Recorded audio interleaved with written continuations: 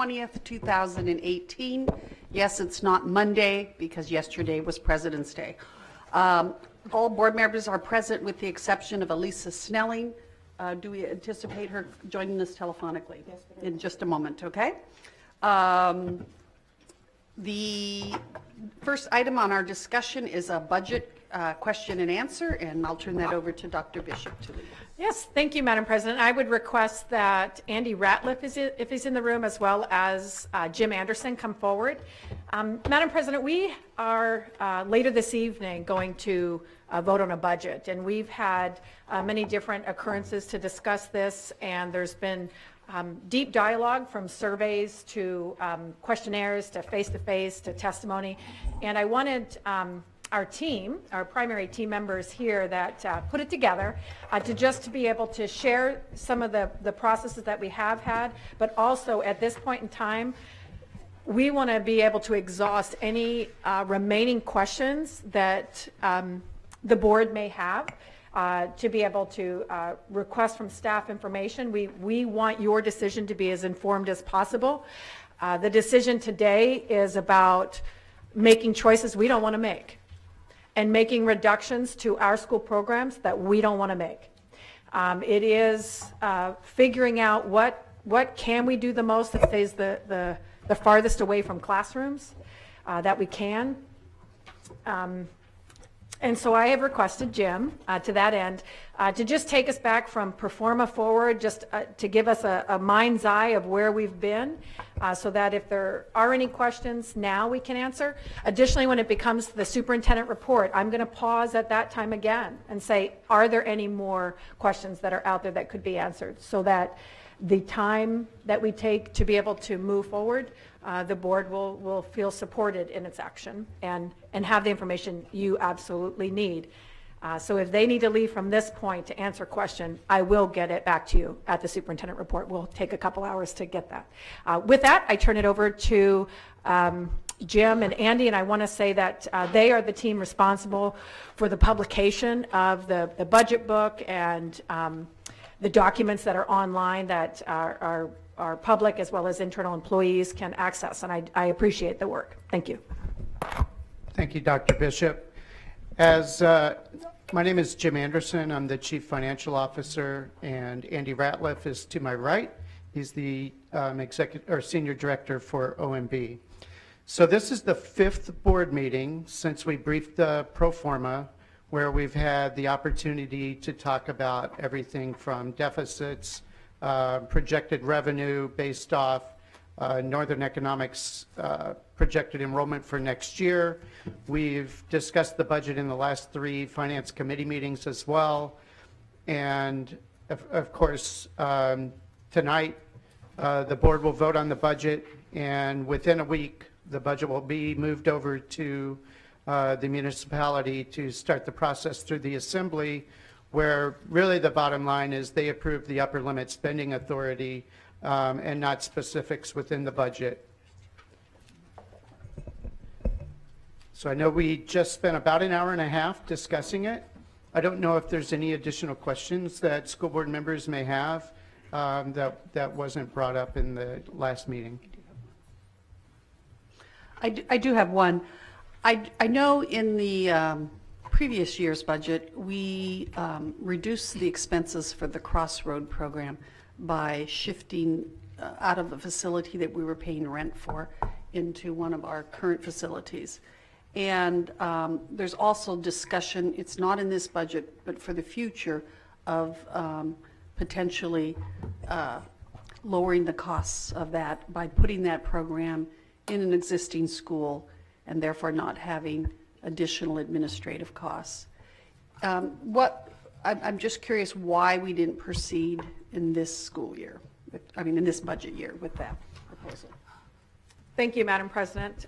Primarily, it was discussed as an option. We have some grant funding that moves us through next year, specifically for nursing and other items. And so written into that grant were certain programs that we have and how we would operate. And what we are looking forward is forward thinking to understand when revenue doesn't occur through grants and other things, other revenue sources, not just things, how are we going to respond to the student needs? And so we certainly can address that and make some additional changes. The support staff administratively to handle counseling, nursing, things like that are what we are paying for partially with grants. However, we wanted to continue working through that grant and that plan until there's a time that we can transition. It does take planning. It takes discussion with the people the employees, the schools that would receive. So the timing of this budget and those items just didn't fall within this budget session. So I guess I'm looking forward to when that grant is expended, that those aren't expenses then tacked on to the operating budget. And that's you're planning ahead. Madam President, that's exactly it. We're forward thinking of options. There's other programs in our school district for which we see as well that if we work smarter, we can be more efficient. But again, the conversations have to occur around those programs and the expectations of them. And just as a segue to that is, I've had people in the community say, why do you continue these programs when society has shifted? And sometimes it's like, how do you ever cut a program? Well, that's where, unfortunately, we're having to think smarter in terms of how do we give the best service to the needs of those students, and not necessarily in a program that we just, it's always been that way. And so that's what I'm encouraging. Thank you. Thank you. Mr. Donley. But overwhelmingly, the most communications I've had in the last 2 weeks have been from parents and students concerned about reductions to gifted or Ignite. So I would really I wish, we're probably going to have folks show up at the meeting at 7 o'clock that want to talk about that. It'd be nice to explain exactly where we're at in this budget to them, and maybe if you can give me a condensed executive summary version of that, because I think a lot of the concerns have been addressed in some revisions to the budget document that have taken place over recently that aren't actually yet in the budget document but have been modified. So I'd appreciate an explanation of that, just so in case any of those folks are watching right now, they could be up to speed on that.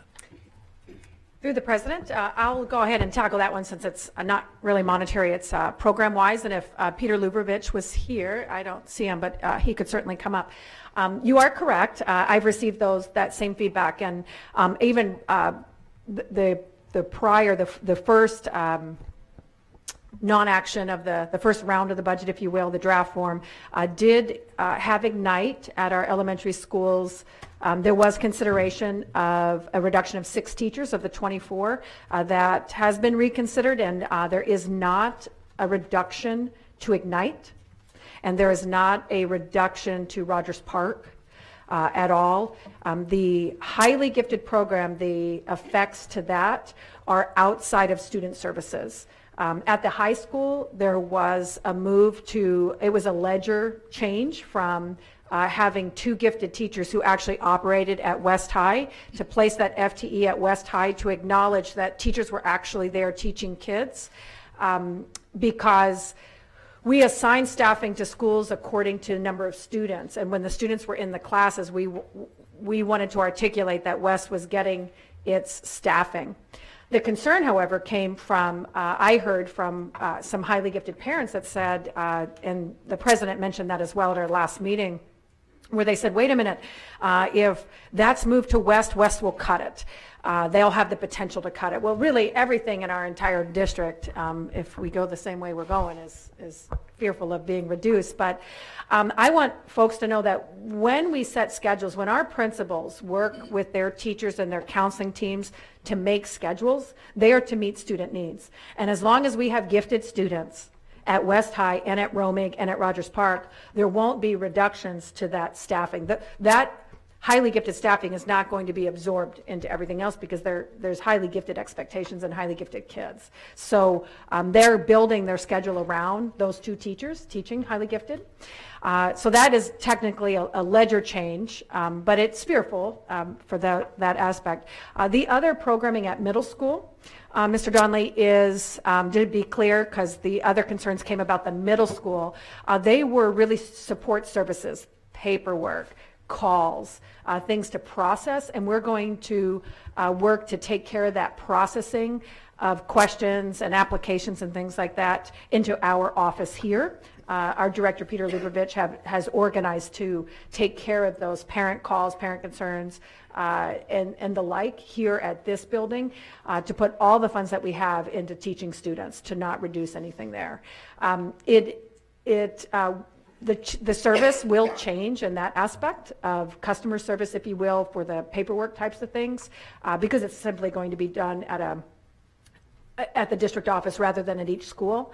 But given the reductions to be made in the board's direction, it was to keep it as far away from the classroom as we could. And so therefore, those reductions were considered. Thank you. Any other questions from board members? And as Dr. Bishop said, we just did finish 1 hour and 40 minutes of this discussion, so it has been vetted in many ways. Well, we did cover the CAFR as well, so it was Excuse probably me. only an hour and a half. 30 minutes. Bingo. Nobody else has anything. Dr. Bishop, could you go over the furlough days for executive staff and how that equates to effectively a reduced salary? Sure. Through the president to member Donley, thank you for asking. Within the budget for FY18, we have included for any exempt employee making over $100,000, 3 days of furlough. So there will be a reduction in the salaries of admin staff that are in the exempt category, meaning that there is not representation of a union for this collective group. Essentially, they are the cabinet team and other directors that work everything from special education to gifted, to supervisors of schools, to the CFO, myself, Mike Fleckenstein, all of us around this room that sit here to answer questions. We're reducing by 3 days, and of course that would be under your permission. My contract is for 3 years, so I have to get your permission to change my contract and do that, but I look to that the board would support that. And so it's a reduction. It is simply not essentially making up any major budget gap. It puts an additional teacher in a classroom. However, you know, at this point in time, every bit of reorganization that we can make is going to benefit our students. And that's approximately what percentage To the president, 1.25% reduction in their salary? Okay. In salaries. in salaries. Thank you for clarifying that. The other thing, Ms. Marsett, think the other thing I'd like to clarify too is I know I've heard from a lot of teachers with the instructional coaches, schools that have part-time instructional coaches, that with the curriculum, that even though they are maybe smaller schools or maybe not Title I schools, it's important, they felt, to have a full-time instructional coach. And if possible, it's one of the things I've advocated for, but there are reasons why we're not going to be able to do that. And if I could have Dr. Bishop explain that, I think that would be beneficial too. Well, thank you. I'll have Mr. Anderson fill in the detail of the numbers, but essentially in a 30,000-foot view, when we made reductions last year to all levels, administration, elementary, middle, and secondary, we were looking at ways that we could continue to support the learning that happens and having more students in a class. One of the ways that is research-based, that's highly effective in use, is to support teachers with instructional coaching. And in order to do this, we did not use funds that were in operational budget, for which we're basically voting on tonight. We used grant funds from two areas. One, the district level title funds, and what's called Title IIA. And these are federal funds that come from the federal government to support schools. In those, can you give me the exact numbers of each? Yes, 21 Title I funded teacher or coaches and 27 Title IIA funded coaches. Okay, so what we know in the short is that when we get grants, there's strings attached to it. And the strings on these grants, especially the 2A, is that it's not for direct instruction of students, it is for professional development and support of teachers. The other is an item called supplanting. And the title funds cannot supplant something that the district would give any other school. So if we were to support a school with operational funds for a coach, the title funds would have to be reconsidered, because then it would be that they supplanted in title schools where we wouldn't put them.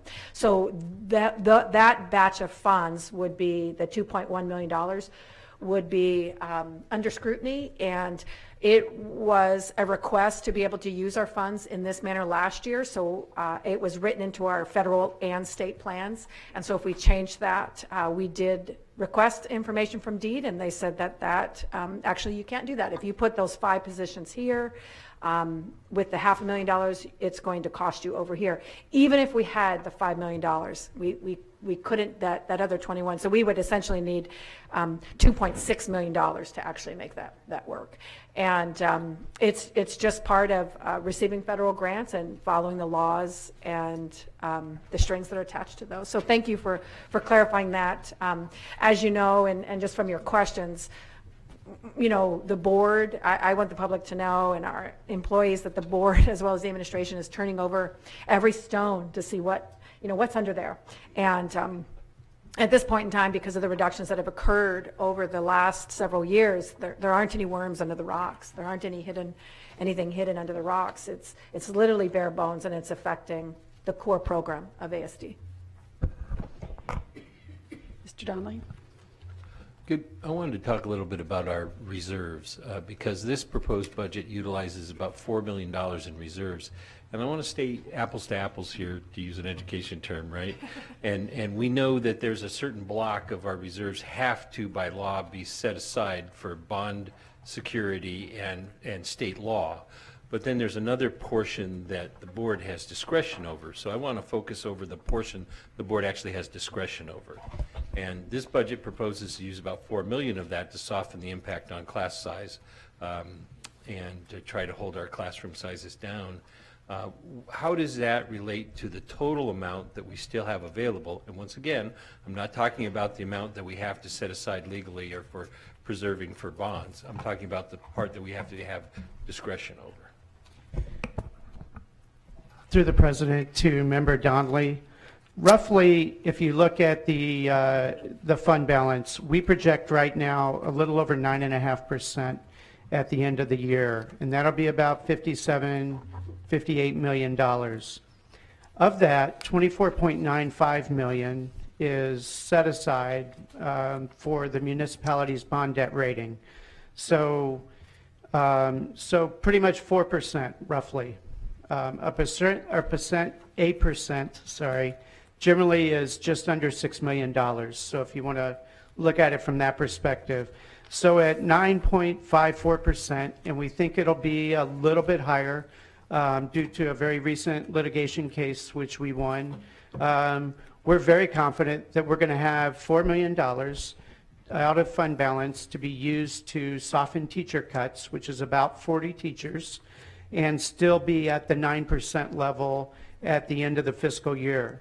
Technically, board policy says that that we can't go below 8%. It actually, I think, states 2% below the state's cap, which is 10%. So effectively, by board policy, we can't go below 8%. So roughly 1%, roughly $6 million would be that difference.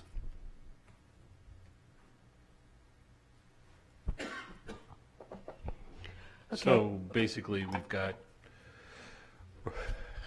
still a 1% cushion between the 8, which is the board policy, and the 9%, which is what we would project is still maintaining. In millions of dollars, how much is that? Well, 1%, roughly $6 million difference between 8 and 9%. The board's practice has been in the recent past not to go below 9%, but yes, the actual policy allows it to go to 8. Which is $6 million. Which is another $6 million. So I guess we're leaning more towards preserving savings and using savings in this budget, and yet we're still utilizing what we are using to hold down class sizes, which is our top priority, and the top priority of the survey, the public surveys we conducted. Yes. And just an aside on that piece, the value of that fund, if we were to not have bonds passed, God forbid, and we had roof issues, I'm thinking of what happened with the earthquake 2 years ago, we need to have funds in our fund balance that we can affect those changes that have to happen immediately in terms of safety and security and instructional space. My question, again, I want to make sure I've clearly understood this. In terms of the state function of 100, the instruction function, which covers classroom teachers, classroom aides, classroom assistants, anyone who directly assists in the instructional process. You gave us documentation that showed from 2013 through this budget, there's been a reduction of almost 247 positions, or 9.26% of that category. I know in terms of this year, that's close to 50 classroom teachers into that 200 and almost 250. Could you please clarify exactly of those 50, how many are due to lower enrollment across our district rather than just cutting positions? Yes, just over 25. So about half of all the classroom cuts for next year is due purely to student enrollment declining, and the other half is due to our requirement to get a balanced budget. Okay, so is it safe to say that over the last 6 budgets that there were 225 teaching or instructional positions cut that weren't related to decreased class enrollment, lower enrollment? Madam President, we'd have to look back because every year there has been declining enrollment over that time as well. About 1,200 students we looked at. Okay. So we would have to look back at every year to say how many were because of declining enrollment, how many were because of declining revenue. Yeah. So that would take more. It's a question I was asked in Juneau, and I would love to find out that answer, unless it takes an enormous amount of staff time to do that. I was able to speak for this year, but I wasn't able to speak for since 2013 budget. No problem. Other questions from board members? Mr. Donley. Just as an educational item, I find it pretty amazing just how large the school district budget is, and that very few individuals and understand that. Dr. Bishop, could you just tell the public what the total amount of the school budget is, and then how much the discretionary, well, I guess you'd call it discretionary, or general fund amount is? Sure, thank you.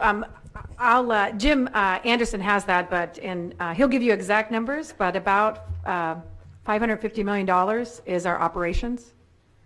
Correct. It's roughly $560 million in the general budget, and all funds, transportation funds, student nutrition, grants, all combined equals $785.8 million. Which is over $750 million, to your point. That was my point, yes. So when they see a $13 million reduction, because part of that is in transportation due to the transportation costs, $13 million to our total budget is a very small amount, but at this point in time, every real dollar that we lose is affecting our core mission, because 90%, 88.9%, almost 90% of our operations is people doing the work. And so that's why it touches us all. Any other questions? Seeing none, let's move to the MTSS instructional. Thank you, Madam President. And if there are any questions, again, the general meeting is at 7. And if there's specific data, Mr. Anderson and Mr. Ratliff can try to retrieve that if there's any further questions before we finally have that vote. The second request for the work session, which I'm going to go through a little, just a 30,000-foot view so that we have time for our guest speaker for Western demographics, was a request in regard to, we keep talking about MTSS, which MTSS is actually a multi-tiered system of supports.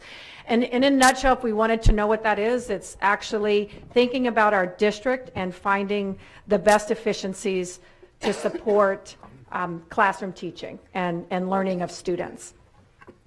We define this in 2 different areas, behavior and academics. We offer supports in a very deliberate and stratified manner so that we can address concerns, learning concerns of students, as well as well-being of students. So when you hear MTSS, it's basically is how do we respond to student needs?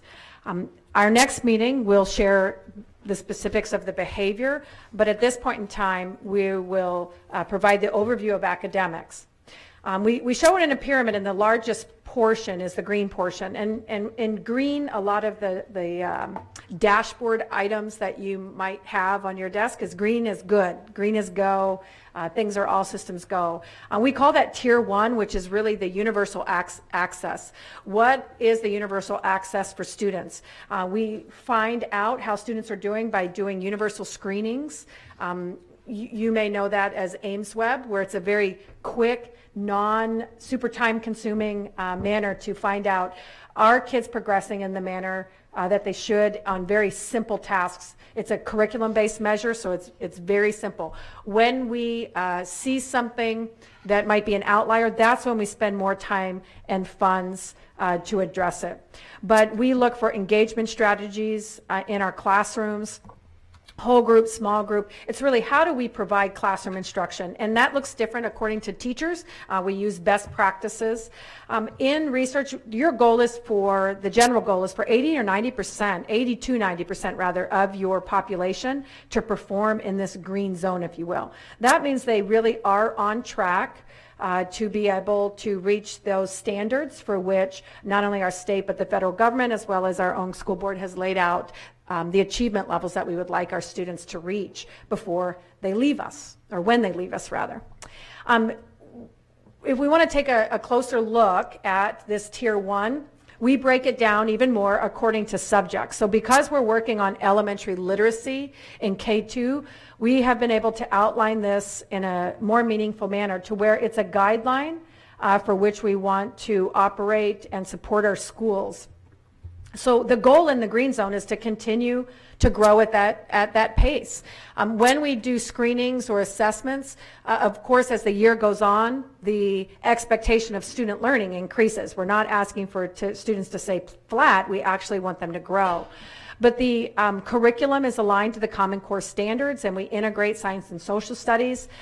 You might have heard the term priority plans, and basically it's just a guide and it's built off of 4 days of instruction with a 5th for how the teacher sees fit. So it's not this object on this page at this time. It is not a booklet that shares turn the page at this day. It basically shares that these are the skills that students should learn, and this is how they're coordinated in your materials, and how do we progress from the skills to skills, because certainly we don't have enough time in the day to teach everything in every program in the materials. So we found, and in the priority plan, we'll match what students are expected to learn with kind of a timeline and a plan that helps teachers know, I should be working on this. By this time, students are progressing here. But it is not a page per page, hour per hour plan.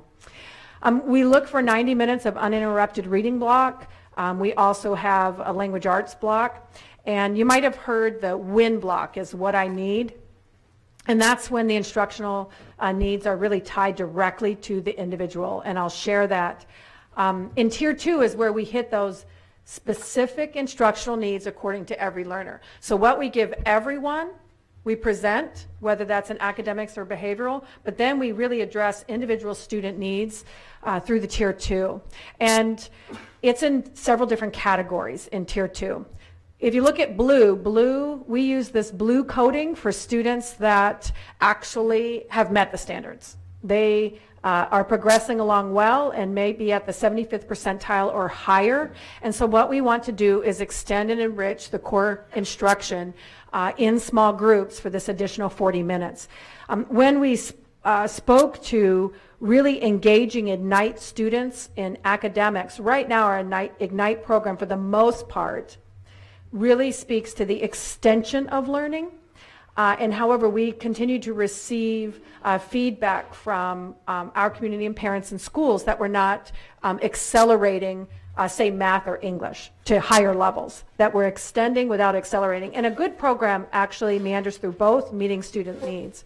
So these, in the blue section, it can, they skip to the green, but in the blue section, you can extend science and social studies, you can extend any STEM, you could do robotics, you could build off of just neat projects that we know are engaging for tied together, like really thematic curriculum.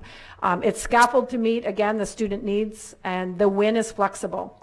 Also in that targeted area for what I need is students in the green section. We have students who are not gifted, but yet meet standards. So what do we do for them? If they already know what we're teaching, how do we extend the curriculum to allow them access to learn what they need? So we will do guided practice, we can do engagement strategies, we can do the same things, projects tied to student learning and what they need. In the yellow zone, if I am in the yellow zone for, say, K2 reading or math, in those just skill area blocks, I might need some reteaching. And so I'm going to have access to the curriculum, but I'm also going to get an extension. And right there under that, where it says reach for reading, under the WIN, what I need, it says star binder. And that just means that that is tied back to the original curriculum. So we're taking the curriculum we have and extending it to reteach some items. And there's also strategies to be able to reteach it. Also in the yellow group, there might be additional programs that we add that might not be tied to the curriculum, like Road to the Code, Language for Learning, Phonics for Reading. So if we found that the phonics program built into our Cengage was weak and the student was not progressing, we could go to an alternate one. But what this is saying is that, number one, the district supports it with funds. We support the teachers with professional development, and that the needs of kids are so great that we want to say, okay, here are materials for your classroom that we can support you in understanding how to support kids in their learning. Sometimes, however, what we offer in our classes is not meeting student needs. They're not progressing year to year. So then we look at the red zone, and that's what we call tier 3 or intensive, and a lot of times it's also known as a replacement core. The fourth bullet down is a replacement core, and what we're looking for, and the idea in any one of these zones, is that no matter where kids, if you can go back to the pyramid, no matter where students are, how they come to us, they deserve a year for a year. So if I have a second grade student that is reading at the fourth grade level at the beginning of the year, when they leave second grade, we're hoping they read at the fifth grade level, or at least progress more than the fourth grade. Maybe it's not, the goal is a year for a year, that take them and move them where they are into the future.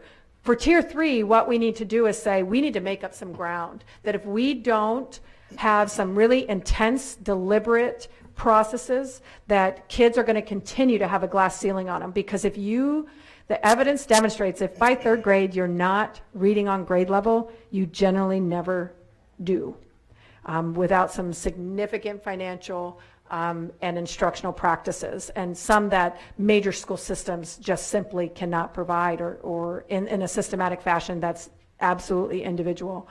The idea being we can get a student to read and continue to work on reading, and we will be successful in that, but at the same time that we're doing that and providing those extensive needs, all the other subjects that they're missing out on to concentrate on that are giving access to knowledge. And so the goal is in K2, if our entire public education to me is we need to have literate citizens, and literacy is so key to everything else kids learn. And you've heard that, the sayings and the mantras, kids learn to read and then they read to learn, that the more kids are taken out of a core program and put in intensive classes, the further they get from the standard. And so we have to find ways that we can accelerate that learning. And there are practices that are successful for kids. So right now, presently, we have our school psychologists.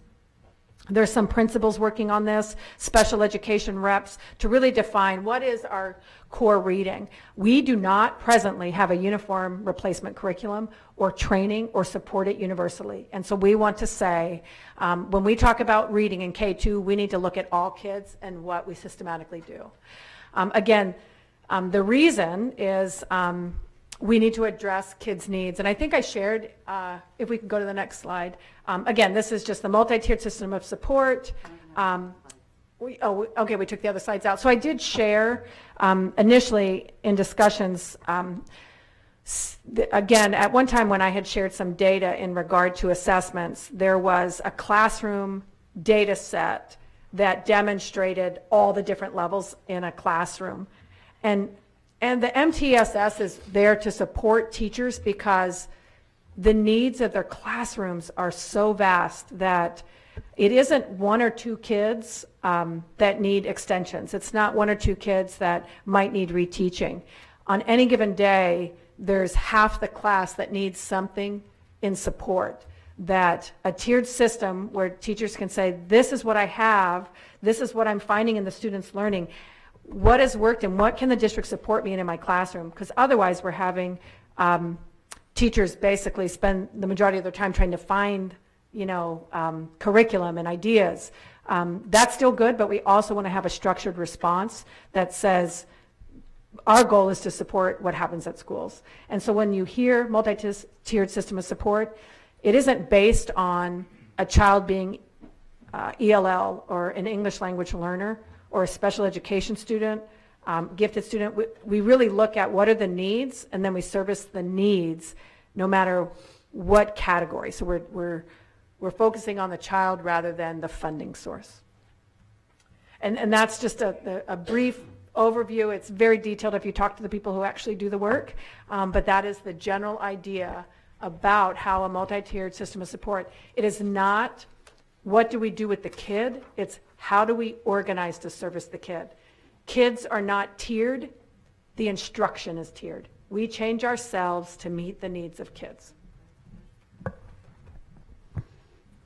So that's a good segue to the question I had. When you have these percentages for each of the tiers, that doesn't mean that 80 or 9% of the class is neatly in the green and the other. every class has a different variation on this. Madam President, what's shown is the goal for research-based, what we should strive for. And if you look at our dashboard with our reading, you'll see where we are. And so the goal is by second grade that 80% of our kids don't need additional support because they're on grade level.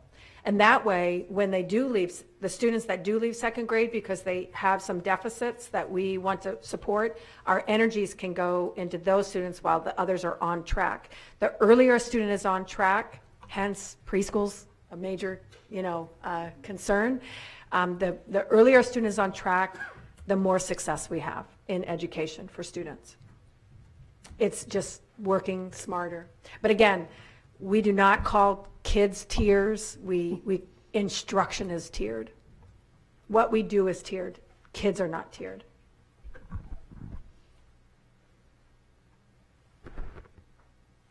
All right. Thank you very much. Thank you, and we'll share the behavior items as well.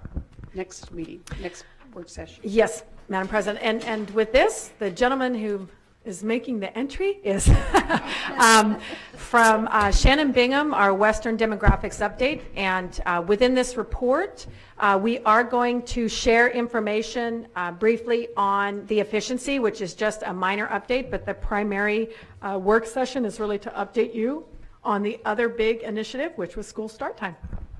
I'll turn it over to you. Good evening, everyone. Tonight we have a status report on our two side-by-side projects. I've been working on this for about 2.5, 3 months. We have a little bit of a summary on the next page. We've been processing issues internally among our central office staff. We have carefully considered start times and school facility efficiency data and issues.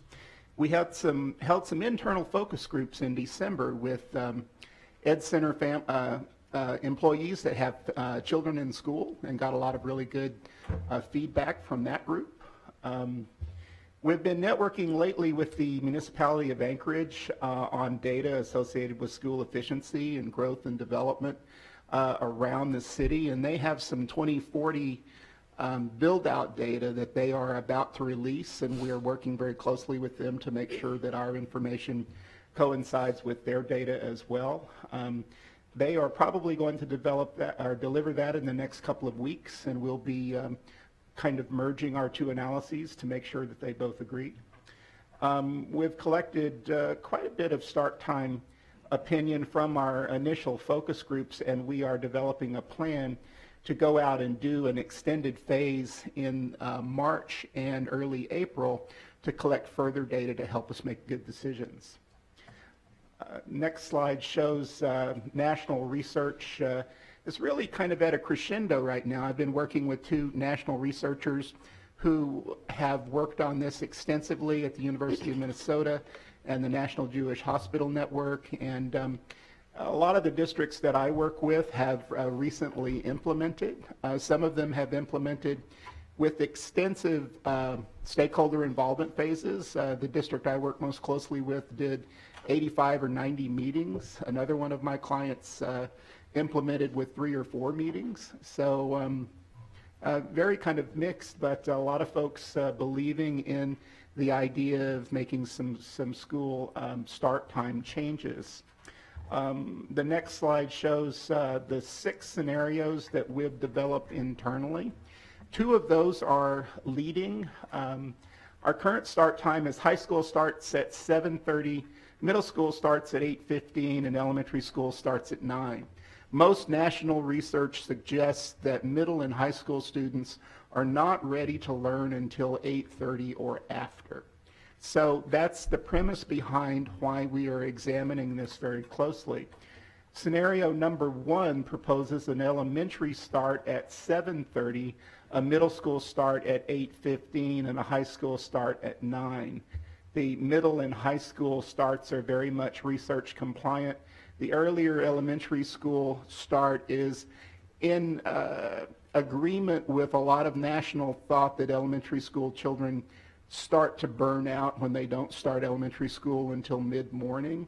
and that they don't maintain energy through the instructional day. So number one is one that we have identified as a leading start time scenario. Number 6 shows rolling that whole schedule back about 15 minutes. So we would start elementary at 7:45, middle school at 8:30, high school at 9:15. Now, the thought of that is to get just a little bit later in the morning. Many of our elementary school children already walk to school in the dark during the middle of the winter time. And so some of these scenarios don't necessarily drastically change that condition. They just change 15 days forward or 15 days back, the time at which those children start to walk to school in a little bit more light. So there's a little bit of movement there, but we have children, elementary school children, who walk to school in the dark now. So that aspect of it is one of the leading things that we've thought about. The next slide shows our administrative preference of 1 and 6 as good scenarios. They agree with secondary school research on this topic. We think it's very, very important now to start this sharing process with parents, with staff, with other stakeholders in the community that we think will have be able to offer us some high quality input on this topic. As far as our internal questioning, a lot of our folks in the Education Center were a little bit less concerned with some of the pedestrian issues that we thought, because of the fact that some of the children are already, or at least elementary children, are already walking to school in the dark for a large part of the year. No cost from a transportation standpoint if we stick with that 3-tiered system. We have a 45-minute gap between first, second, and third at each level, and that has to do with the way that vehicles move around on Anchorage streets. We have a very climate-impacted transportation network. We have traffic that we have to contend with. We've explored moving that around a little bit and differentiating it, and come back to the idea that we need to stick with that 45-minute transition between those tiers. Leading concerns, they're concerned for elementary school students, childcare and the cost of that, and extracurricular activities predominantly at the high school level. Now that was the finding at the central office level when we were polling superintendent's cabinet, staff people that were associated with some of these issues. So this was the point at which we were questioning ourselves in central office. The next slide talks about the internal focus groups that we worked with on our internal or Ed Center parents, basically. We had a total of about 34. Almost all of them excuse me, have students in Anchorage School District K-12 or preschool programs. There's a breakdown. Obviously, families have kids in elementary and high school, or middle and high school, so there's a little bit of overlap. But we feel that we covered all of the various levels very effectively. The next slide talks about how I did the presentation. I asked them some questions about how they felt about this just based on what they knew, and then I showed them all of the university research, all of the hospital research on student wellness, and then I asked them a lot of the same questions again to see how getting that information helped them with their observations. These pies show an excerpt of some of the questions. The leading answers have green asterisks next to them. What are your initial thoughts? 12% said I would like to see a change, and 67% said I would be open to a change if the benefits could be demonstrated. The next slide shows how would you respond to earlier elementary school start times. Leading responses were very favorable or favorable, 17 and 14% respectively. Next slide asks the same question about middle school. Are these slides prior to the educational movement? Yes, this is prior to their getting the research. So the next slide shows about 47% of people said very favorably or favorably. At the high school level, there's already quite a bit of interest in start times changing. You can see 32% of the respondents said very favorably, 47% said favorably. So almost 80% of folks had an opinion about high school before we showed them the research. So at this point, we showed them a 25-minute presentation on school start time and sleep-related effects on performance and wellness. And then we asked them their thoughts about this after seeing the research. So these next set of pie graphs show what they're thinking. This is a quick summary as far as who would like to see a change. After seeing the presentation, it went from 12 to 47%. Answer C, would you be open to a change if benefits were demonstrated? That went down from 67 to 38 because most of the people jumped over to the would like to see a change category. A combination of B or C increased as well. Response to change by school level. At the elementary level, it went from 64 to 73%. Middle school, it went from 47 to 53%. High school went from 79 to 88%. So when people saw the high school data, it was incredibly compelling. There are two national researchers, Dr. Kyla Wallstrom from the University of Minnesota and Dr. Lisa Meltzer from National Jewish Hospital Network, who I've actually asked to see if they could give us some sort of a telecommunicated presentation to allow some of our folks to see their presentation directly. Because when these two doctors present this, and one is a medical doctor who deals a lot with student wellness issues, that presentation is very convincing. The next slide just goes into these details. How comfortable are you with childcare? That was one of the leading issues. So 12% were very uncomfortable, 23% were uncomfortable, and then on the top, comfortable or very comfortable were still the leading responses. About 50% of that group were comfortable with making adjustments for childcare, but there are quite a few people that identified that as a leading concern, about 35%. Pedestrian and safety issues. This is where we had about probably 53% of people said that that was something that they were uncomfortable with. We haven't really gained a lot of anecdotals. We're about to convene a group of pedestrian and vehicular safety authorities in the Anchorage community and show them this data and ask them, what do you think, and figure out what's the perspective of people that are directly involved with student pedestrian safety in the city, and we'll be reporting that to you. The next slide shows extracurricular.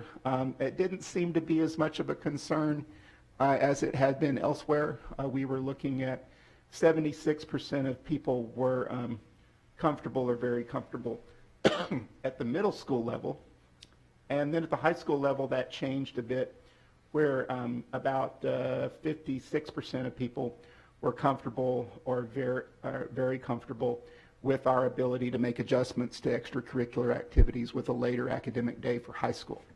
The next slide shows middle and high school end times interfering with family time, dinner time, activity schedules, and about I'd say 62% of people identified they didn't think that was going to be a problem, and probably about 30% of people thought it might a little bit later date. The next slide shows employment. I worked from the time I was 12 on, so this was kind of something I was kind of wondering about. About 50% of people said that they thought starting later could be an interference. I always went straight from high school to a Wendy's, I started work at 3:30. So for a lot of high school students, I think that'll probably be an issue where it might have about a 1-hour impact on their earning potential given their schedule. Earlier start time will result in better elementary school academic performance.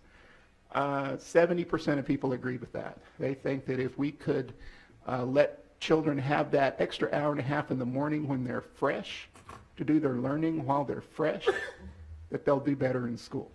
At the middle school level, about 56% of people agreed with that at the middle school if they went a little bit later.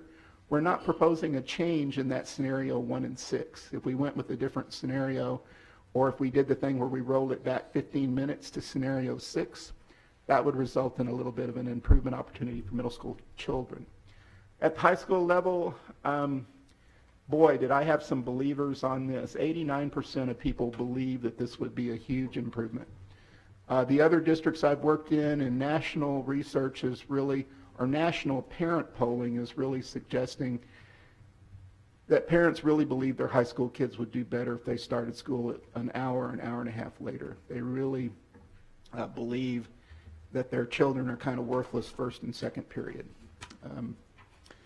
Let's see, next pie graph shows elementary school wellness. 71% of families thought their children would be have a better overall sense of wellness if they didn't burn out at about 1:45 or 2 in the afternoon and go through a couple of hours of school working tired. Middle school level, very convincing there as well. About 53% agreed. And at the high school level, overwhelming, almost 80% of people agreed high school students would benefit from a wellness standpoint by starting later. So here's kind of the summary. Most agree that there's an improvement in performance, there's an improvement in wellness. The leading concerns, and there's really a fifth one there, which is that student employment issue. But in this order were childcare and cost, elementary student pedestrian safety, disruption of work and commuting schedules, that's third actually, and then high school student extracurriculars were last in concern.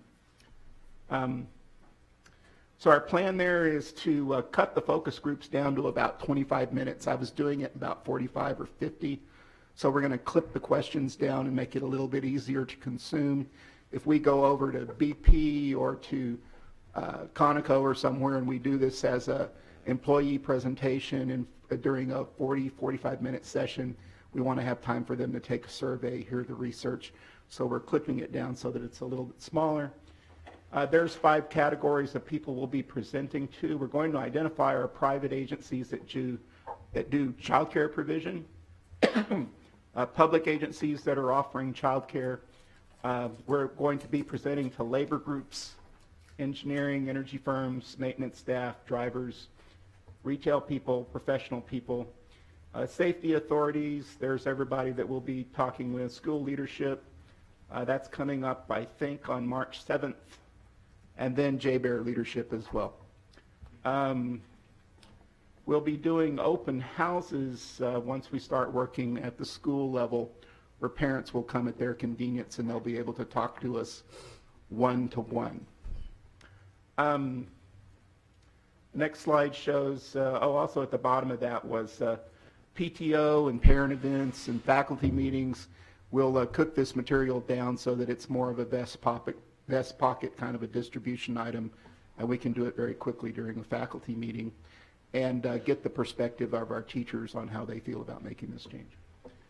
The next slide talks about the efficiency study. I've done quite a bit of preliminary analysis on school utilization and boundaries. Anchorage is proposing thousands of additional units to come online by 2040. A lot of them are condominiums and apartments. They touch almost every attendance area in the district. So in most of these places, there's 100 vacant acres here, there's 200 vacant acres there, and by 2040, that will have housing built on it, more or less. So what I'm trying to do is incorporate what that final look of the community will be before we make any big decisions about schools, where we need schools, where we might need more schools, where we might need fewer schools. So we're just at the point where we're incorporating that. Given the magnitude of that, we don't really think we're looking at a large-scale closure and consolidation effort in this school district. We think what we'll do will be smart, it'll be thorough, it'll be surgical, but we're not really looking at a broad brush. We're going to close 15 or 20 schools, something to that effect. Once the municipality data has been incorporated, some facility actions will be recommended, and I'll be bringing that to you on April 16th. If that schedule is adhered to. Here's just a quick look at what that 2040 look looks like. About 84% of the community's been built. There's 1% that's near term. That's in a category that's been built between 2015 and 2018. There's a lot of development out in the Muldoon corridor. There's a lot of development over on the west side in the West Park area, kind of off the end of Ted Stevens Airport out there, and I'm inventorying all of that growth and development, make sure we understand what we've got. And then long term, we're looking at another 15% of the community being built. So that's why we don't want to shoot ourselves in the foot until we get that data from the city and look at what they're actually proposing with that additional 15%. So a lot of what they're proposing can be absorbed in our existing schools. Some of it may necessitate some new schools on the fringes of the community. That's how communities grow. They can generally grow out on the edges. They grow via infill, but most of the growth that justifies new facilities happens out on the edges of the community. The next slide, after we've seen all those pies, here are some bears that want to talk about it. So there you go. I'm delighted to respond to questions and appreciate your attention. Okay. Mr. Holleman? All the percentages are based off 34 people in a focus group, is that right? Yes, sir, they were. Probably most of those folks had 2 children in school. Most of my focus groups range in size from 8 to 80 people, so I felt like those 2 with 15 were pretty representative. There was a lot of broad opinion gained, but I acknowledge that we're looking at doing probably 20 or 25 meetings during the month of March. And so the depth of the focus group material that you'll have for decision support will be broad. Yeah. How were they recruited to be part of the group? Excuse me? How were they recruited? I'm just kind of curious. I think Mr. Roth put out an open invitation to staff that were interested to come forth and participate. Actually, it was, yep, and through Catherine Estery, and that if folks wanted to, a lot of these were hourly wage folks that provided time off that they could participate during their workday, and we would provide them, and we needed, for the focus group, of know how then to get the best practices so we can move, it's kind of our pilot program. We needed to know what their concerns were, and they had to be parents of kids presently in ASD. The balloting or polling was blind and confidential.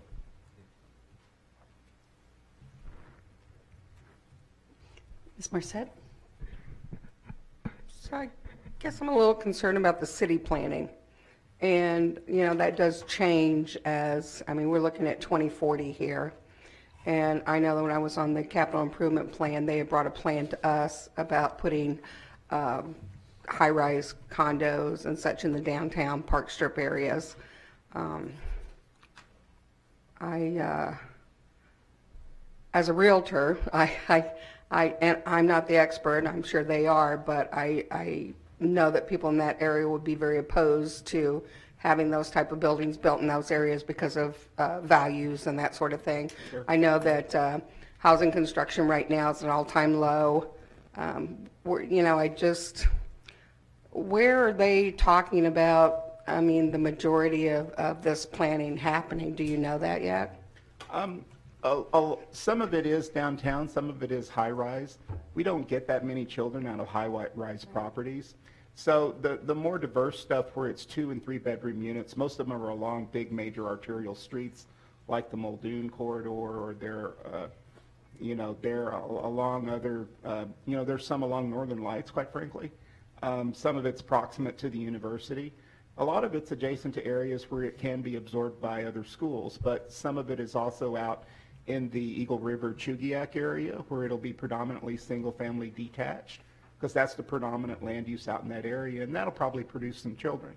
So that part of it we think is really valuable. They've based that planning on reasonable infrastructure availability, water and sewer. They network with the Corps of Engineers. They're not building on wetlands. So a lot of what they're proposing is stuff that if I were to go out and do that analysis myself, their methodology seems pretty consistent with what I've used before. But some of the areas where there may be controversy associated with high-rise buildings, I'm kind of de-emphasizing those units because we just don't get that many children from high-rise units. Now, obviously on J-Bear, they're almost all 4 and 6 plexes, and that's all of the students that come out of that housing come out of that kind of multifamily housing. So we know what we get out of that kind of single-family attached kind of property. But high rises, I'll discount those fairly heavily so that we don't make bad decisions associated with that. Ms. Plunkett? So I've not looked at the 2040 plan, but does the municipality look at kind of what they expect from a student count out of that process as a part of it as well? I can't remember. I thought that was a part of the 2020, so I'm not sure if it's a part of the 2040 as well. I have some of my own stats, but ICER is also updating yield estimates that will allow us to do the multiplication to say that every single-family detached house produces half of a student. Through the president, what I would recommend to address the systems within the municipality is to call forward Mr. George McAllis, and he can talk through the city procedures.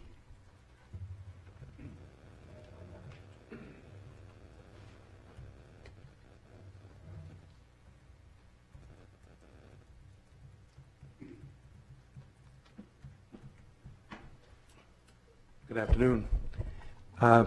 So in reference to a couple of different concerns and questions that I heard, so when the city does look at it, they look at the different type of properties out there. They look at what the most significant use would be for those type of properties as far as value, development, et cetera. And they also do take a minor look at the number of children that would basically reside in those type of housing. It's very minor. They also go out and get outside assistance when they make those determinations as well. ISA does provide them with an awful lot of information, as was just mentioned. As you know, there's an awful lot of our properties that we have right now that are landlocked and would be difficult to develop because of the infrastructure, et cetera, that would be needed. However, when it really comes down to it and the way the planning department looks at it, at some point in time, regardless of how expensive it's going to be to develop that property with infrastructure and everything else, it's going to get developed. And they look at it from the standpoint of what is the most practical use and what kind of density would be used in that particular area. You mentioned the park strip. A long time ago that was mentioned at the park strip, but I think all of us realize the park strip, as far as having high rises, will probably never happen because it's protected. It's protected many, many ways, one by court. So that probably wouldn't happen. But there are areas in downtown that can be developed.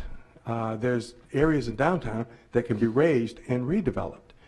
And I can tell you, if you look at what happens in urban areas, one of the first things that happens is they take a look at the old stock that they have, and it is raised and redeveloped, and it's redeveloped into what is needed at the time. And so these are all things that the city looks at. Does that answer any of your questions? Okay, thank you. Thank you.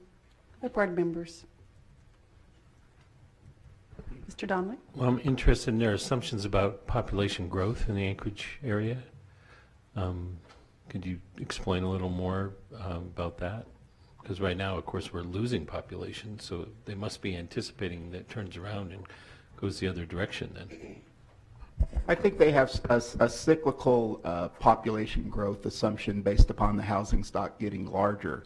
So between ICER and the municipality of Anchorage, they're not saying that we're going to add 16% additional housing stock to what we have now, and then 16% of it's going to be vacant. So they're assuming that over time there'll be job growth, there'll be overall economic growth, and that those additional units that get built will be occupied. So, you know, it's cyclical. 2040, think about that, that's 22 years from now. So we'll go through probably 4 or 5 major business cycles during that period. And a lot of that ground may still not be developed by 2040. It probably won't all be consumed. But their thinking is that based upon annual absorption figures for new units, they're just kind of forecasting out how that would be absorbed. And, you know, are they proposing additional population? Yes, they are. because the housing stock would grow according to that. And I work in a lot of other communities where city planning departments put out a build-out plan. We did one up in the Matsu that goes out to about 2,100. Will that happen right in 2,100? Probably not. But at some point, based upon absorption and land availability, we're going to run completely out of land, and their forecasting is based on that.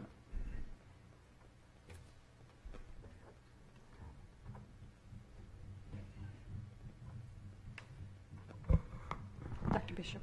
Madam President, we just wanted to leave additional time at this point in case there are any board questions, but we have nothing further to present, but absolutely can respond to any questions on the 3 items presented today or other items for which you desire more information. Oh, I did think of one. So you talked about these 2 doctors who've done substantial research in the start time. Is that possible that we can, you know, I'm just as a aside, we've been doing showings of screenagers in a number of schools and community areas. Is that something that we could make available also? Or do you think it'll have enough coverage in these meetings you're doing in March?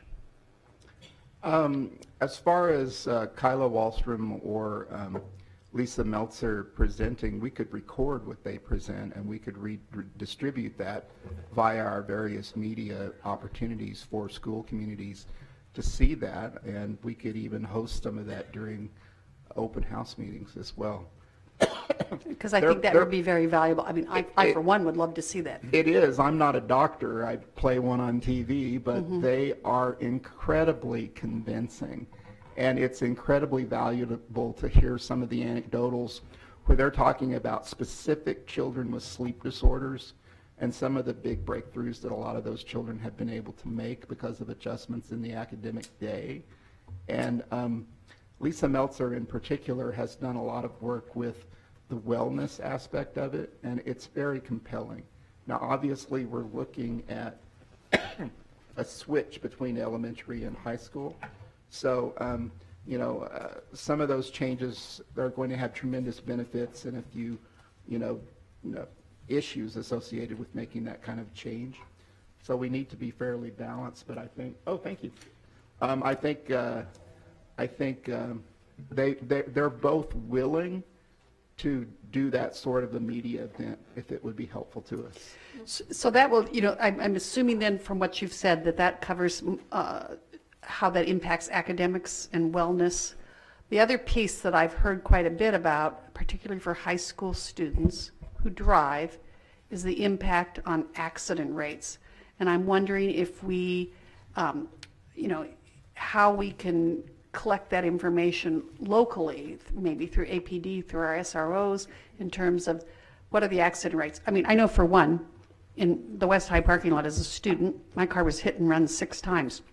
Whether there's a correlation between the just bad driving habits of teenagers or the start of the day, I don't know, but it would be definitely something to consider. A couple of things. The RAND Corporation Europe put out a significant study showing billions of dollars in savings associated with a change in school start time because of, you know, ending that many accidents happening between 2 and 4 p.m.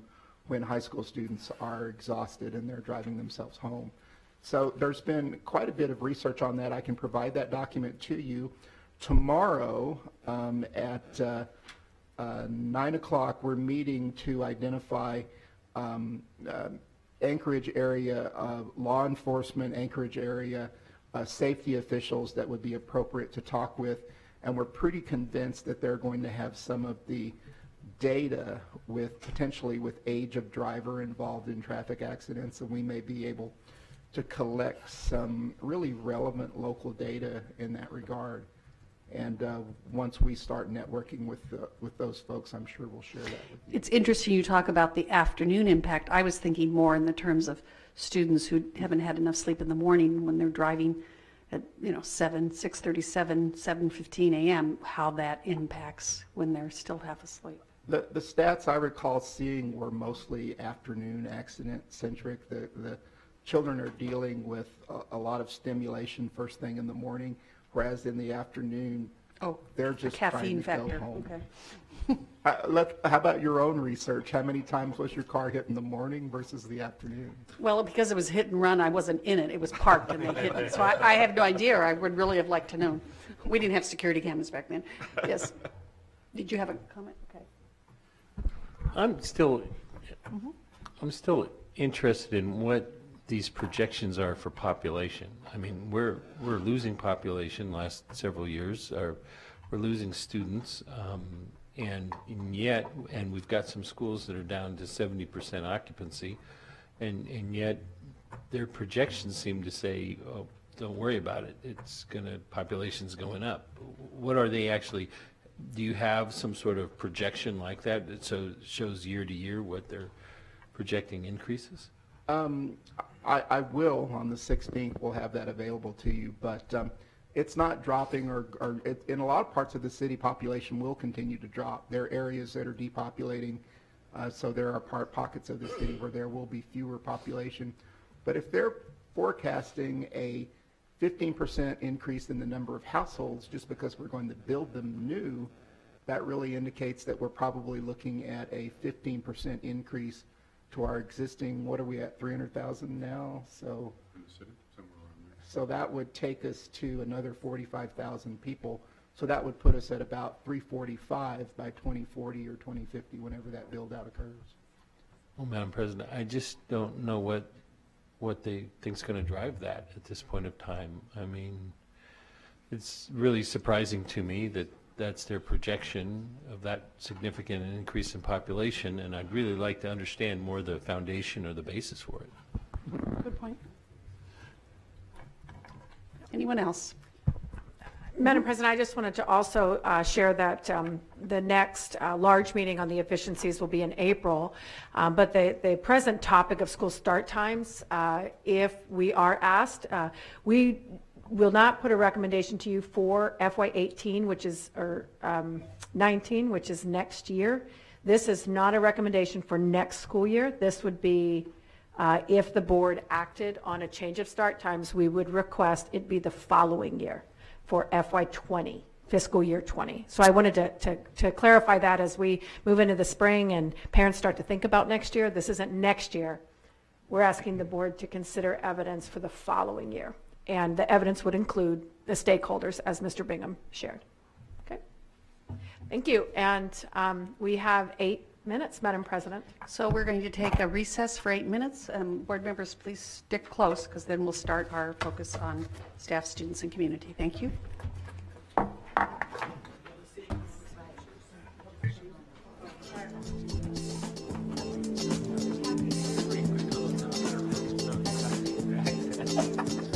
That helps. Go by. Wow.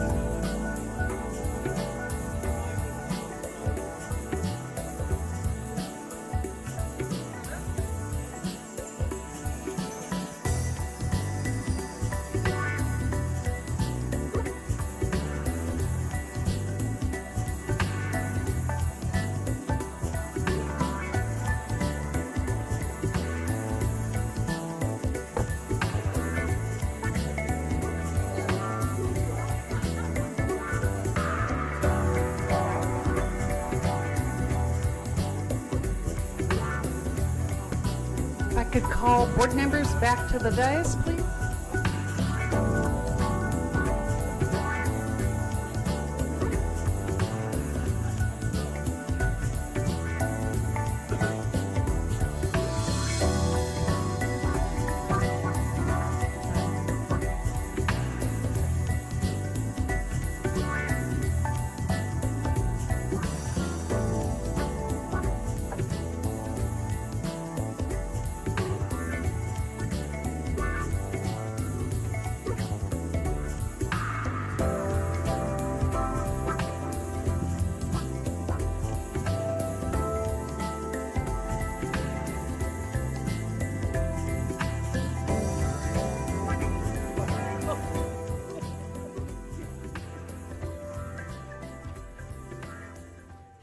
Welcome, ladies and gentlemen, to this evening's Focus on Staff and Students. And as a reminder, or if it's your first time, this item on our board agenda is specifically to celebrate students, staff, community members, and anyone who has made ASD great. It is a deliberate effort by our board to celebrate the success of others.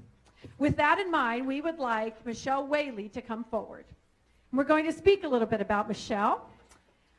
Michelle has received an American Association of Teachers Slavic and European Languages, which is AATSEEL, Excellence in Teaching Citation for Secondary Education. Michelle received her BA degree in Slavic Languages and Literature at the University of Washington and her Master's in Early Childhood Education at the University of Alaska.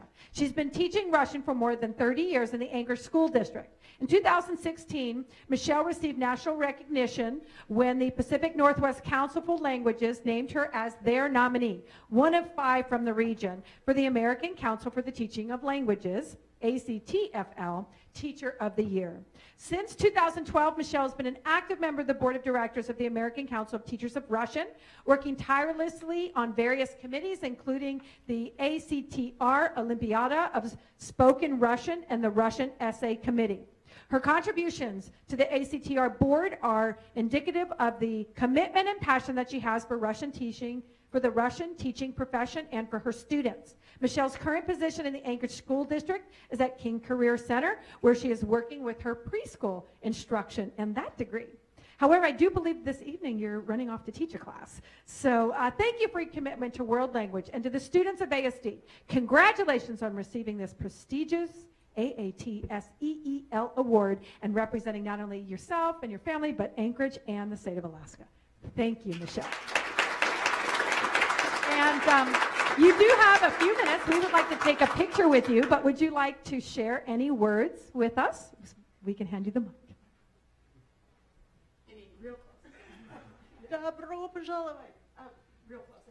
Okay, well, no, I just am very grateful to have been in the Anchorage School District for these years. I feel like there's got to be at least 15 of my former students out in the audience, and I appreciate what we have been able to accomplish together. This is a wonderful place to have been working on these years. Thank you, Michelle.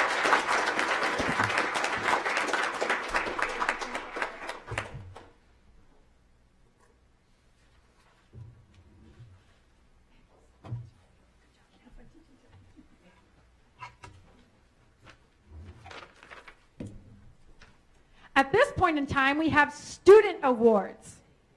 And Mr. Merkins, would you come forward, and you're going to help me after a bit and say a few words. But would Aaron Lowe from Golden U Middle School please come forward? And Aaron submitted Milo the Moose. Would Maya Solomonson from Homestead Elementary, if you're here, please come forward? This is the designer of Timmy the Taco. And Olivia Bolkowski from Bear Valley Elementary School, submitting Fruity the Fruit Basket. And Olivia Bolkowski, did I get that right, or Bolkowski? All right, well, please come forward. These are our student winners, and I'll tell you a little about them. The school board and administration would like to recognize the winners and runners-up of the Great Student Nutrition Mascot Search for ASD. This was a 2-part contest to find a styled mascot that best represents the mission and theme of the Student Nutrition Department. The initial round of competition occurred just after Thanksgiving and received an initial submission of about 100 entries. A judging panel narrowed that field to 12 finalists, these ladies being part of those 12. Then the finalists had to provide a 2-paragraph essay as to why they thought their submission was the best and should be our mascot. The judging was tough and the submissions were excellent. The Student Nutrition Department would like to recognize the winner and 2 students who tied for runner-up. The 2 students who tied for runner-up are Maya for Timmy the Taco and from Homestead, Olivia for Fruity the Fruit Basket. She goes to Bear Valley. The judging committee selected the final winning mascot, Aaron's, remember, is Milo the Moose. He was the winner. Aaron's submission of Milo the Moose will be the official mascot for the Student Nutrition Department and will appear on stationery and other advertising. In addition, Student Nutrition is planning on using the top 12 finalists for a calendar, and many of the other submissions will be used as decorations throughout the year for promotional items. And I'm not sure if this, if we have a moose as our mascot, I'm not sure if we'll be able to serve moose anymore, but I don't know if we ever did. So I'm going to have our Student Nutrition Director share a few words, and then if you all wouldn't mind, you can share a few words as well if you'd like. Thank you, ma'am. Just wanted to let everybody know, so each of the winners here, the runners-up and then the finalists, will receive, there are movie tickets, and for the winner, there's a $15 Target gift certificate in the packet as well. So enjoy a trip to the movies on my dime. So let me just read the, at the second round of competition, as the superintendent said, the first round was about 100 kids, and they submitted their drawings. And then we, a committee of judges, selected the top 12, and we asked each of the contestants in the second round to submit an essay, a 2-paragraph essay as to why they thought that their contestant or their submission should be the winner. And I'd like to read Aaron's because I think it's kind of cool. The character I drew for this contest's name is Milo the Moose. Milo represents eating healthy in a school environment, such as at a lunch or at snack times. The moose is standing in a classroom thinking about the fruits and vegetables that he can't wait to eat. By eating healthy foods, he is showing the other kids how excited he is to make himself stronger and smarter by fueling his body. The words behind the moose on the chalkboard, "Eat healthy," should depict what all classrooms should spread, the message of eating healthier and leading a healthier life. Milo the Moose would be a great mascot because he is a fun cartoon-looking character that kids and adults would enjoy seeing around. The moose is also an Alaskan animal, which is very fitting since we are in Alaska. My drawing shows Milo with many forms of healthy statements such as the shirt with fruits and veggies, the chalkboard, and him thinking about healthy eating. Milo is a very tall moose with human-like muscles, so it can show eating healthy makes you big and tall like Milo. These are the reasons that I believe Milo, my mascot, Milo the Moose, should be picked for the overall mascot. So, again, I appreciate it, and well done. Excellent. So that was pretty fun. And would you guys like to take the mic and tell us anything you'd like about this competition, your projects, or anything you want to just share because the focus is on you?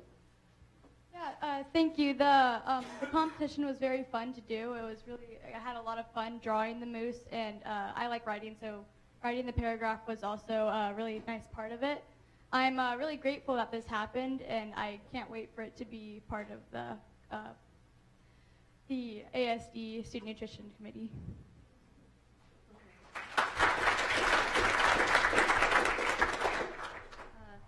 My inspiration for my taco was a shirt that I was wearing that had a taco on it, and it was the night before we had to submit it, and I started freaking out because I didn't think I was going to make it in time, but I did, and so I was happy about that. All right, so our healthy basket was the last one, and not only what we gave you was a nice gesture and a certificate, but really what you three have is that you have your artwork that will go down in the history of this school district forever and ever. So we thank you because we're going to use all three of your pieces. Thank you very much, ladies. Let's take a good picture.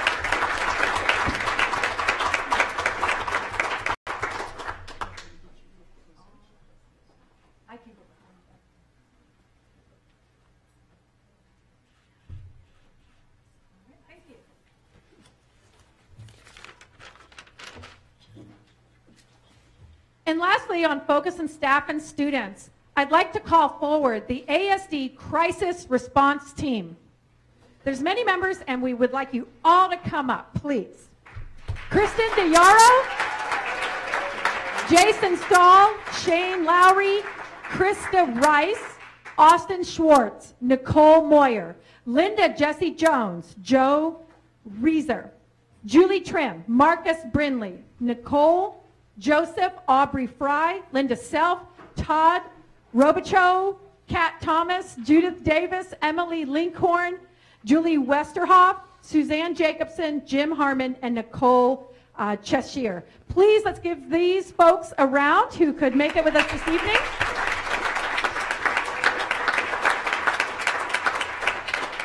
And especially with the recent happenings in schools, I want to share that the Anchorage School Crisis Response Team is a group of school psychologists who respond when a school community experiences a traumatic event. Their primary purpose is to support students and staff, identify and assist those in distress, and ensure necessary mental health services are provided. These individuals have taken on this responsibility in addition to maintaining their regular duties as a school psychologist. The types of crisis the teams have responded to include the death or serious injury of students and staff members, acts of violence within a community, our community, and suicides. Each response is tailored to meet the needs of the school in collaboration with school principals, counselors, staff, and families. This school year alone, the crisis team has responded to 13 different events. The impact of these events ranges from affecting a small group of students in one classroom to multiple school communities, with support lasting for a few hours to multiple days. At a recent event, the team met with nearly 70 students who were coping with the death of a young classmate. The crisis response team goal is to assist schools in returning to their normal routines and schedules while minimizing the psychological trauma and disruption of the educational process.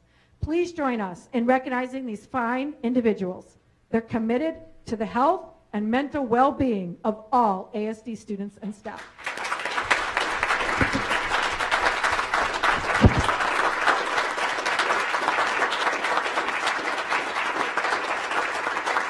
And I want to thank you.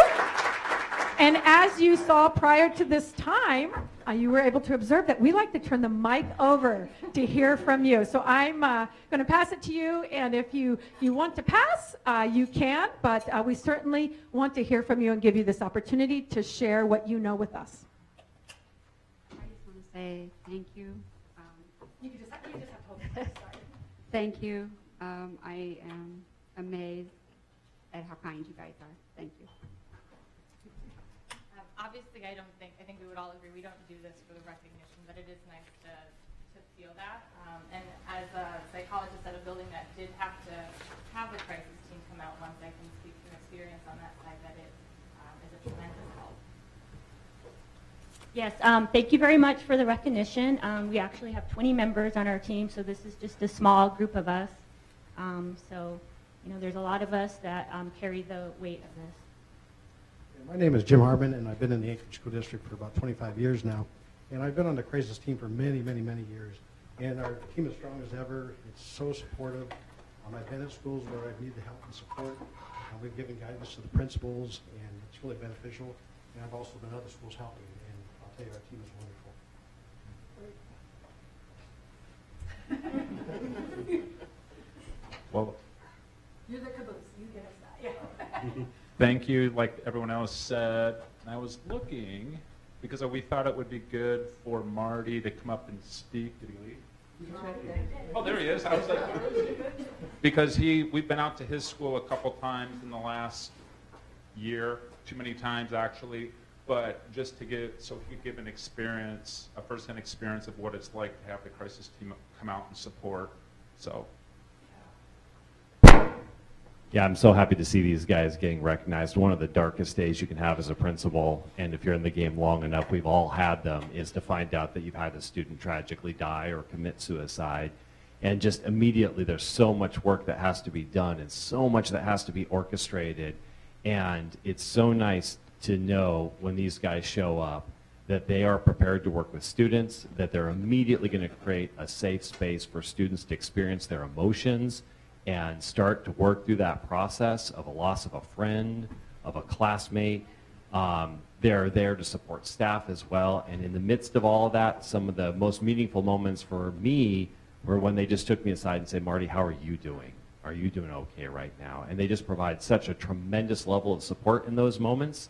I can't imagine going through that process without them. So I just wanted to speak on their behalf and kind of add to the recognition. They are amazing as a group.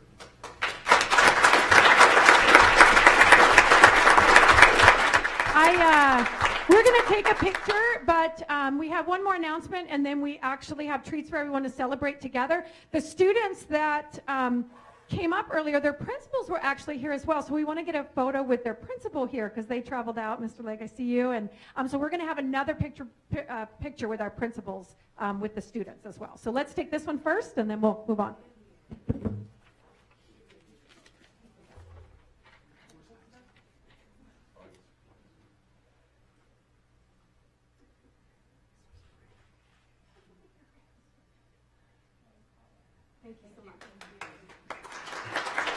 Miss Araya, I see you here. And what was the, please come forward. Let's take another picture with our students. And principals, yeah. One more photo. What was the other school, Homestead? Is the principal here? I didn't see her. Okay. That's okay. We're coming back up.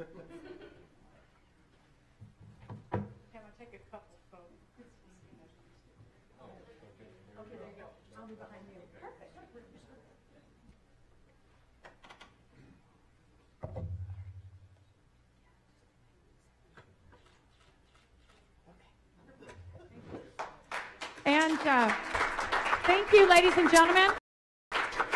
Before we actually dive into some alcohol-free bubbly and some popcorn and cupcakes, we actually wanted to celebrate one more group that have fantastic folks that serve our community. And the board doesn't know this, but it's the board themselves. It is actually School Board Appreciation Month. It's declared in our state by our governor, as well as our municipality, and we want to celebrate you as well. If you look around the room, schools made signs that share how much we're grateful for your service to the community of Anchorage, and today is going to be especially difficult and demonstrate the desire and love and tenacity and that you provide on these evenings when they're going to go for lots, because we have to make tough decisions that we wish we didn't have to make, and tonight it's on budget and some other items. So just want to say thank you. We have gifts for each of you, which it is allowable under the municipal code, just so you know. They're not very expensive gifts, nothing to influence you on my job or anything. But yeah. So it's actually just a little spirit wear that says ASD, because we want you to be proud of the people that you serve, the students and staff and communities that are here tonight. So with that, we thank you. And would a board member like to have the mic passed? Oh, we have a video. Let's watch that. Is it on our screen?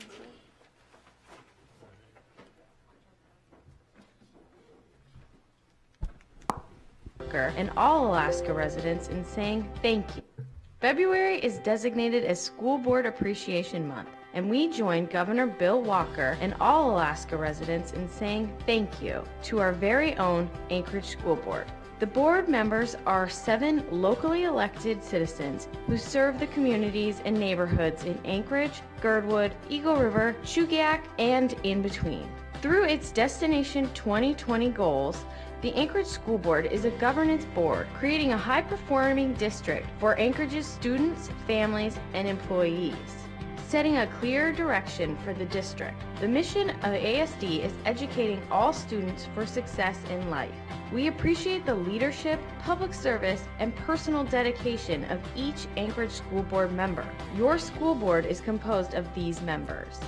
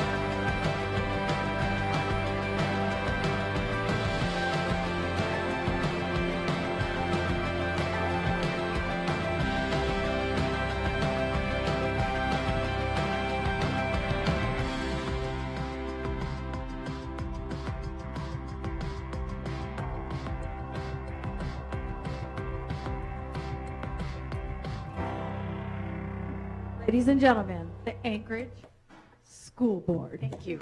Thank you very much.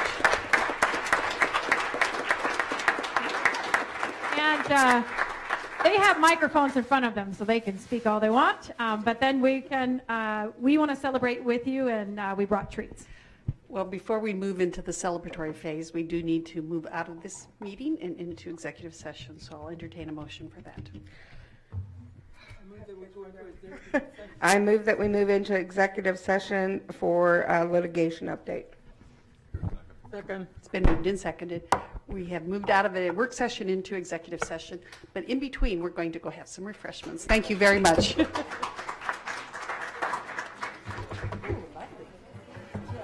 great.